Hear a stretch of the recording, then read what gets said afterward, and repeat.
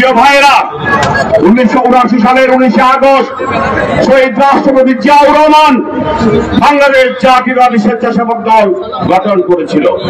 স্বেচ্ছাসেবক দলের গঠন এবং উদ্দেশ্য ছিল সারা বাংলাদেশে এই জাতীয়তাবাদী স্বেচ্ছাসেবক দল স্বেচ্ছাশ্রমের মাধ্যমে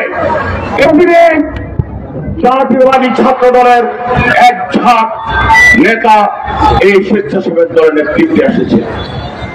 আজকে জাতীয়তাবাদী স্বেচ্ছাসেবক দল সারা বাংলাদেশে বিএনপির একটি টাইমলাইনে পরিণত হয়েছে। আগামী ত্রয়োদশ জাতীয় সংসদ নির্বাচনে আমরা এই বেগমগঞ্জের জনগণ, বিএনপি এবং সকল অঙ্গ সহযোগী সংগঠনের নেতৃবৃন্দ বেগম খালেদা জিয়ার হিরণ্ময় হাতিয়ার তারেক রহমানের মনোবল।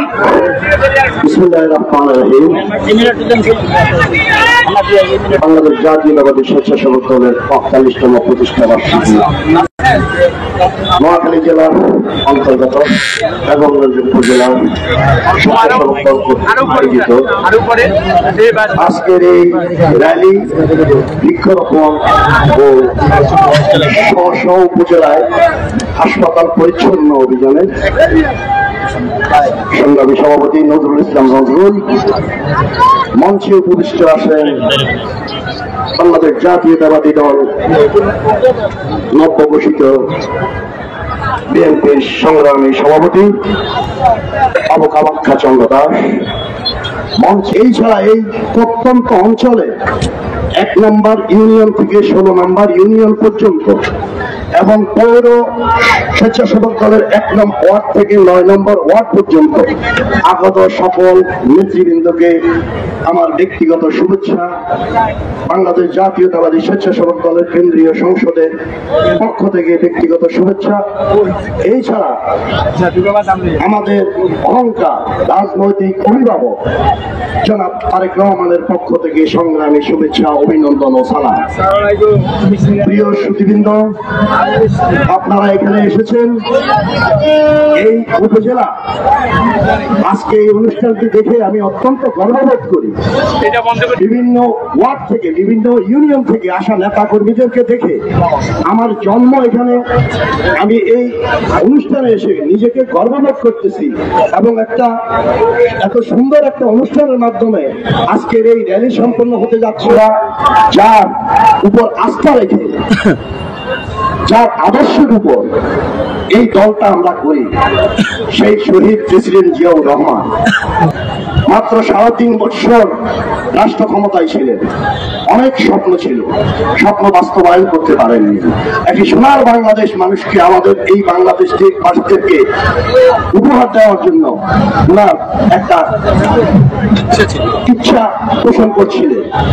তারই ধারাবাহিকতায় আমরা এই আমাদের মাদার অফ ডেমোক্রেসি অপসীম নেত্রী বেগম খালেদা জিয়া সেই হাত ধরে আজকে আমাদেরকে এই পর্যন্ত নিয়ে আসছেন। এই অক্ষর উল্লেখ করেন নাই। আমরা অনেক ব্যথিত হয়েছি, কিন্তু প্রতিবাদ করি নাই। সেই প্রতিবাদ কেন করি নাই? তারও কারণ আছে।